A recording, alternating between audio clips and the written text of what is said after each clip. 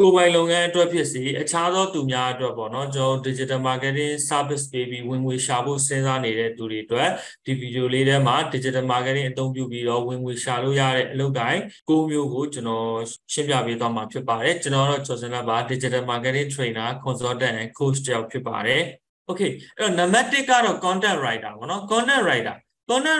တော့ကျွန်တော်တို့အားလုံးသိတဲ့အတိုင်းပဲ popular အဖြစ်ဆုံးပဲသူက content writing skill တွေကျွမ်းကျင်ရမယ် keyword research skill လို့ခေါ်တယ်ကျွန်တော်တို့ content တွေကိုလူတွေရှာတဲ့အခါမှာပေါ့နော်ရှာတဲ့အခါမှာဒါမှမဟုတ်လေကိုယ့်ရဲ့ content တွေကိုယ့်ရဲ့ target customer တွေ page တွေ problem တွေကျွန်တော် aspiration တွေ goals လို့ခေါ်တယ်သူတို့ဖြစ်ချင်တာတွေအဲ့ဖြစ်ချင်တာတွေဖြစ်ဖို့မဖြစ်ရတဲ့အခက်ခဲအတားအဆီးတွေကိုကျွန်တော်တို့က keyword တွေအနေနဲ့လည်းသိဖို့လိုတယ်ဘယ်လို keyword တွေသူတို့ကြိုက်လဲတခြားတစ်ဖက်မှာလည်း SEO လို့ခေါ်တယ် search engine optimization လို့ခေါ်တာပေါ့အမှန်တကယ်တော့ကိုယ့်ကို Facebook မှာဖြစ်စေ Google search bar တွေအခြားသော Bing တို့ Yahoo တို့မှာတော့ရှာတွေ့အောင်ပေါ့နော်ရှာတွေ့အောင်လုပ်ထားတဲ့ research data လုပ်ထားတဲ့ keyword တွေကိုကျွန်တော်တို့ကျွမ်းကျင်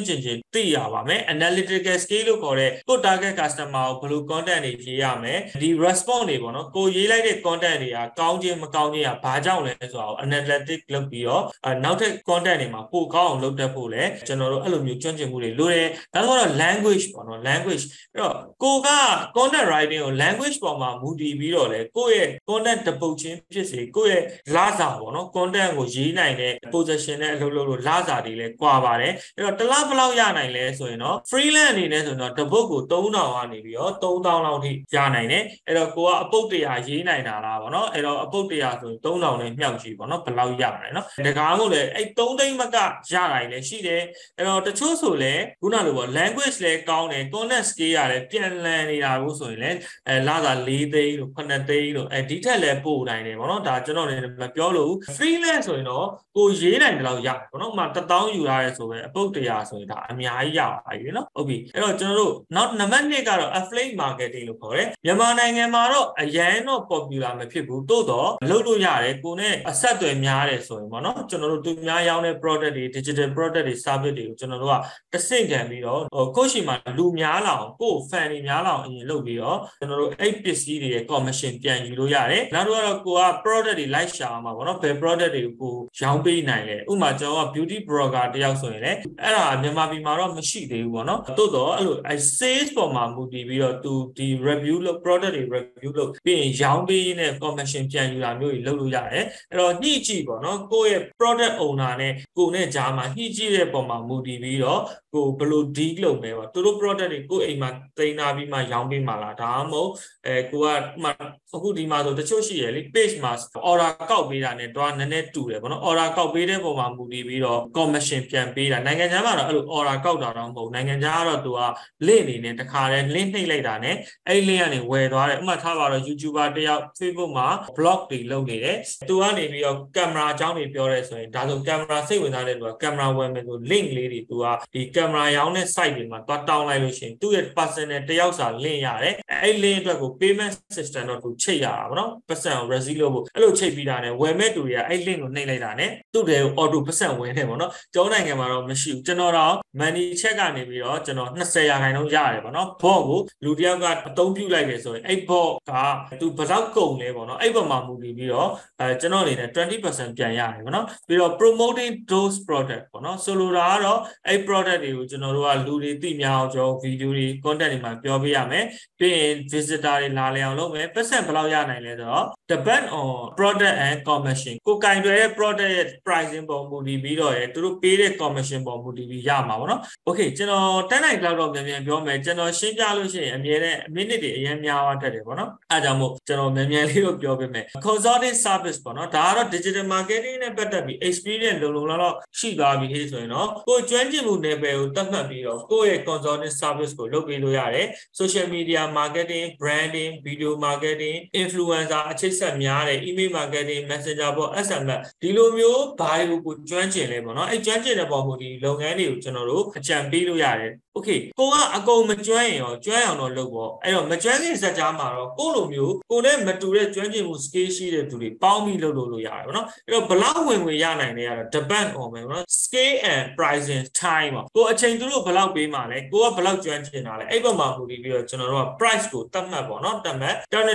တော့မတူနိုင်ဘူးခုနပြောလို့ပဲကျွန်တော်တို့ဆိုရင်တော့ပုံမှန်ပေါ့နော် consulting coaching လုပ်ပေးတယ် hourly charges ယူတယ်ပေါ့နော်အဲ့ဒါလည်းတကယ်ထိုက်တန်တဲ့လုပ်ငန်းရှင်တွေအနေနဲ့ပေါ့နော်ကျွန်တော်တို့ နဲ့ consulting coaching service တွေကိုဆွေးနွေးလို့ရတယ်အများကြီးလည်းရလက်ကောင်းတွေရှိတယ်ပေါ့နော် okay နောက်တစ်ခုကတော့ကျွန်တော်တို့ book service ပေါ့နော် book service ကတော့ကျွန်တော်တို့ Facebook ကြော်ညာတွေဖန်တီးတာအဲ့တော့ client ရဖို့ကတော့ page တွေ group တွေ personal account တွေကနေပြီးတော့ကျွန်တော်တို့ကိုယ်အလုပ်အပ်မဲ့သူတွေကြွေအောင်ကို content တွေတော့ရေးဖို့လိုတာပေါ့နော် marketing လုပ်ဖို့လိုတယ် boost လုပ်ဖို့ပြီးရင် Google ad တွေ YouTube ad တွေ run ပေးနိုင်ရမယ်ကိုယ်လုပ်ငန်းတွေအတွက်ပေါ့နော်ပြီးရင်ဘယ်လောက်ရနိုင်လဲဒါကတော့တပတ်ပဲတော်တော်များများတော့ USD ပေါက်ဈေးပေါ်မှာမူတည်ပြီး900ပေါင်းတာရှိတယ်900ပေါင်းတာရှိတယ်ပေါ့နော်ဥပမာဒေါ်လာပေါက်ဈေးက2900ပေါက်နေတဲ့ဟာဆိုရင်900ယူမယ်ဆို3400ပေါ့900ယူမယ်ဆို3600ပေါ့နော်ဒီလိုမျိုးနဲ့ရနိုင်တယ်အဲ့တော့သူကဝင်ငွေက2သိန်းနဲ့10သိန်းကြားရနိုင်တယ်ကျွန်တော်သင်တန်းတက်တဲ့သူတွေကျွန်တော်တို့ဒီ digital marketing diploma တက်တဲ့သူတွေထဲမှာတော့ food service ပေးတဲ့သူတွေအများကြီးရှိတယ်သူတို့ဝင်ငွေလည်းမသေးဘူးเนาะတော်တော်လေးကိုများတယ်အဲ့ဒါလေးကျွန်တော်သိတယ်နောက်တစ်ခါတော့ကျွန်တော်တို့ social media manager ပေါ့နော်အဲ့တော့သူကတော့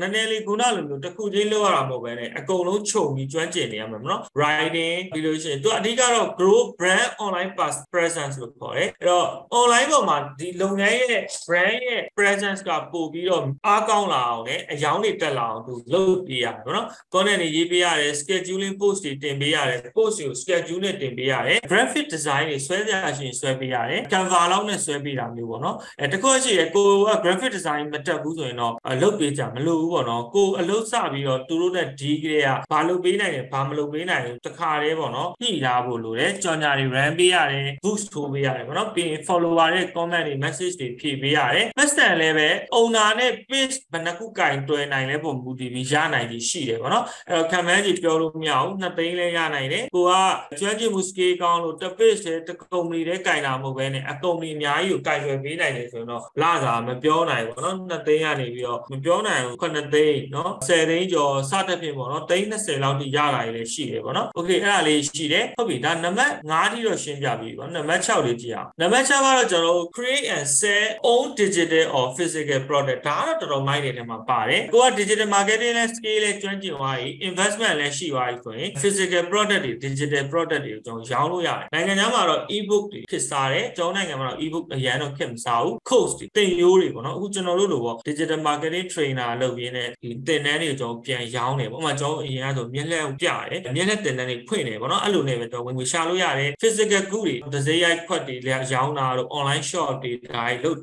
လုပ်တာရှိတယ်ပေါ့နော်အဲ့လိုမျိုးရောင်းလို့ရတယ်နောက်တစ်ခါတော့ကျွန်တော်တို့ဘယ်လောက်ရနိုင်လဲ unlimited နော်သူကတော့ကျန်းတယ်တချို့ကျွန်တော်မိတ်ဆွေ company တွေဆိုရင်တစ်လောက်သိန်းထောင်ချီရောင်းရတယ်ပေါ့နော်မှတနေ့ကိုသိန်း80 80 100ရောင်းရတယ်ဆိုရင်တစ်လောက်သိန်း3000ပတ်ချလေးမှာလဲပတ်နေတဲ့လုပ်ငန်းတွေရှိတယ်ပေါ့နော် okay နောက်တစ်ခါတော့နံပါတ်9 YouTube partner ပေါ့နော်သူကတော့ platform ကနေပတ်စံရတာ YouTube ဆိုပေမဲ့လေကျွန်တော်တို့ဟိုဟာ Facebook လည်းတူတူပဲပေါ့နော် Facebook မှာလည်း instant article တွေလုပ်လို့ရတယ်ပြီးလို့ရှိရင် website တွေမှာလည်းကျွန်တော်တို့ banner ad တွေပြီးလို့ရှိရင်အခြားသော user တွေဝင်လာပြီးတော့မှစာဖတ်ရင်လည်းကြော်ညာတွေ့သွားပြီးတော့ရတဲ့ Google AdSense ကဝင်ငွေရနိုင်တယ်သူ့အနေနဲ့တော့ဒီ partner ဖြစ်ဖို့ပေါ့ YouTube partner ဖြစ်ဖို့တော့သူကသတ်မှတ်ထားတဲ့နိုင်ငံပေါ့နော်ကျွန်တော်မြန်မာနိုင်ငံတော့မပါဘူးအားလုံးသိတဲ့အတိုင်းပဲတခြားနိုင်ငံနဲ့ပြန်ချိတ်ရတယ်အဲ့လိုနိုင်ငံထဲမှာရှိရမယ်နောက်တစ်ခါတော့ watch time တစ်နှစ်အတွင်းမှာနိုင်4000ရှိရမယ်ပေါ့နော်အဲ့တော့ကိုတင်လာတဲ့ video တွေကျွန်တော်လည်းအခု YouTube ကနေပြီးတော့ပတ်စံတွေဝင်ငွေတွေရှိတယ်ပေါ့နော်ဝင်ငွေတွေရှိတယ်အဲ့တော့ကျွန်တော်တို့ဒီ channel ကနေပြီးတော့ကျွန်တော်တင်တယ်ပေါ့နော်အခုဒီ video လေးဆိုလဲဒါကျွန်တော် YouTube မှာရော Facebook မှာရောတင်ပါပေါ့နော်ပြီးလို့ရှိရင် your account has more than 1000 subscriber ပေါ့နော် subscriber 1000အထက်တော့ရှိရမယ်ပြီးလို့ရှိရင် asset account ချိတ်ထားတာရှိရမယ်ပေါ့နော်ဒီအသေးစိတ်ကတော့ကျွန်တော်နောက်ပိုင်း video တွေမှာ cover မိအောင်တော့ကျွန်တော်လုပ်ပေးမယ်တိုးတော့ကျွန်တော်ရဲ့ YouTube channel မှာလည်းအဲ့ဒီ YouTube နဲ့ပတ်သက်ပြီးဝင်ငွေရှာမယ်နည်းတွေကျွန်တော်ဒီမှာရှင်းပြထားတာရှိတယ်ပေါ့နော်အားလုံးအဲ့ဒီ video လေးတွက်ကြည့်လို့ရပါတယ်ဒါ Kyaw Zin Lat ဆိုပြီးတော့ကျွန်တော်ရဲ့ channel လေးရှိတယ်ပေါ့နော် YouTube video မှာတွက်ကြည့်လို့ရတယ် okay နောက်တစ်ခုကတော့ကျွန်တော်တို့ digital marketing job ပေါ့ digital marketing job တော့ဟိုဘက်မှာကျွန်တော်နံပါ တ်5မှာရှင်းပြခဲ့တယ်လေ social media manager လဲသူ့ထဲမှာပြန်ပါတယ်ဗောနော်အဲ့တော့သူကတော့အစုံပေါ့နော်သူက digital marketing job ကတော့တခြားကိုယ်ပိုင်လုပ်တွေမလုပ်ခင်မှာကျွန်တော်ဒီ position တစ်ခုခုနဲ့ဝင်လို့ရတယ် digital marketing specialist ကိုက platform မျိုးစုံ2မျိုးစုံ media ဘိုင်းကျွမ်းကျင်သွားပြီဆိုရင်တော့ဒါ specialist အနေနဲ့ရက်တည်လို့ရတယ် manager ကတော့ဒါ specialist ကနေပြန်လဲပြီးတော့အကြံပေးတာတွေကိုကျွန်တော်သူ operate လုပ်နိုင်တယ် project တွေကိုအကောင့်ထဲပေါ်တယ်ပေါ့နော် okay နောက်တစ်ခုကတော့ content marketing manager ဆိုလဲဒီလိုပဲ content writer တွေကိုကျွန်တော်တို့ကတခုရှိတယ်ပေါ့နော်တချို့ကြတော့ content marketing manager တော့မဟုတ်ဘူးတိုးတော့ manager ရဲ့အလုပ်ကိုလည်းလုပ်ရတဲ့သူရှိတယ်သူ့ရဲ့ကျွမ်းကျင်မှုတော့အဓိကအာရုံစိုက်ပေါ့နော်ကိုယ်ပေးတဲ့လစာတွေဝင်ငွေတွေခဏမေ့တာကြီးကိုယ့်ရဲ့ skill တွေကိုတော့တက်နိုင်တဲ့လောက်ဖြည့်ပေါ့နော်နောက်တစ်ခုကတော့အလုပ်ဘယ်လိုရနိုင်လဲပေါ့နော်အဲ့တော့ချိတ်ဆက်လိုမျိုး .com တွေမှာချိတ်ဆက်မြန်မာပြည်မှာရှိတယ်သူတို့လည်း Facebook group တွေမှာလည်းတွားပြီးတော့အလုပ်တွေခေါ်တာကြည့်လို့ရတယ် LinkedIn နော် LinkedIn တို့ဘာလို့မှလည်းကျွန်တော်အလုပ်တွေကြည့်လို့ရတယ်အဲ့တော့ digital marketing job in မြန်မာအဲ့လို group တွေမှာကျွန်တော်အလုပ်တွေရှာတာရှိတယ်သူ့ရဲ့ဝင်ငွေကတော့မပြောနိုင်ဘူး2သိန်းရ18သိန်းလောက်ထိကျွန်တော်ရနိုင်တယ်ပေါ့နော် okay နံပါတ်9ကတော့ကျွန်တော်တို့ well rounded set of digital marketing skills ဆိုတာလုံးဝ digital marketing ကိုကျွမ်းကျင်သွားပြီပေါ့နော် content လည်းရေးတတ်တယ် design ဆွဲတတ်တယ် branding channel tool strategy တွေကျွမ်းကျင်သွားပြီဆိုရင်သူကတော်တော်ကြီးမိုက်သွားပြီအဲ့လိုအခြေအနေမျိုးမှာတော့ကျွန်တော်တို့ကဒါဒီတယောက်တည်းကလုပ်တာလည်းဖြစ်မယ်အကုန်လုံးပေါ့ဒီကျွမ်းကျင်မှုသူတွေအားလုံးပေါင်းပြီးတော့ agency အနေနဲ့ရက်တည်လို့ရတယ်ပြီး client တွေရှာပတ်ဆက်လို့ရမယ်နိုင်လီတွက်လို့ရတယ်တနိုင်ဘယ်လောက်နှုန်းနဲ့တွက်လို့ရတယ် retainer ကတော့ကျွန်တော် flat money fee ကတော့တစ်လောက်ဘယ်လောက်ဆိုပြီး fix တက်မှတ်ထားတာပေါ့နော်အဲ့ပေါ်မှာမူတည်ပြီးတော့ဘာ design ဘယ်နှ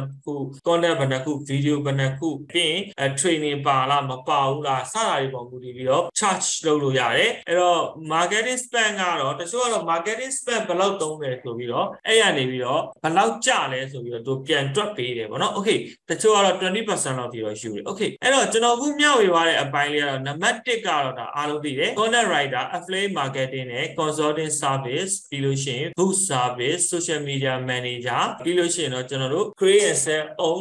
digital product ပေါ့နော်အဲ့တော့ကျွန်တော် digital product တွေရောင်းတဲ့သူတွေလားပြီးလို့ရှိရင်တော့ YouTube Facebook advertising partner နဲ့ဝင်ငွေရှာမလားဒါမှမဟုတ်လဲ digital marketing job အနေနဲ့အလုပ်ဝင်လုပ်မလားဒါမှမဟုတ်လဲကျွန်တော် digital marketing agency ထောင်မလားပေါ့နော်ဒီအချက်9ချက်တည်းကဘယ်ချက်လေးကဒီဗီဒီယိုကြည့်နေတဲ့မိတ်ဆွေတွေအကြိုက်ဆုံးဖြစ်မလဲပေါ့နော်ဒီဗီဒီယိုကြည့်နေတဲ့ digital marketer ဖြစ်ဖို့စဉ်းစားနေတဲ့သူတွေဘယ်အချက်ကလေးကိုအကြိုက်ဆုံးဖြစ်မလဲ comment မှာပြောခဲ့ပေးပါအခြားသောဆွေးနွေးလိုတဲ့အကြောင်းများရှိရင်လည်း comment မှာပြောခဲ့နိုင်ပါတယ်ကျွန်တော်အနေနဲ့ဆွေးနွေးလို့ရတဲ့အပိုင်းလေးကိုနောက်ထပ်ဗီဒီယိုလေးတွေမှာလုပ်ပြီးတော့ထပ်မံဆွေးနွေးတော့မှာဖြစ်ပါတယ်အားလုံးပဲအလုပ်တွေအောင်မြင်အဆင်ပြေကြပါစေဝင်ငွေတွေတိုးတက်ကြပါစေအခုကတော့ဒါကျွန်တော်2022ပေါ့နော်28ရက်နေ့မှာရိုက်ထားတာဆိုတော့ဒီဗီဒီယိုလေးကနောက်နေ့တွေမှာလည်းကျွန်တော်တို့ပြန်သုံးကောင်းသုံးမယ်ကျွန်တော် YouTube တွေမှာလည်းတင်မယ် Facebook မှာလည်းတင်မှာဖြစ်ပါတယ်အားလုံးပဲအဆင်ပြေကြပါစေ see you ပါ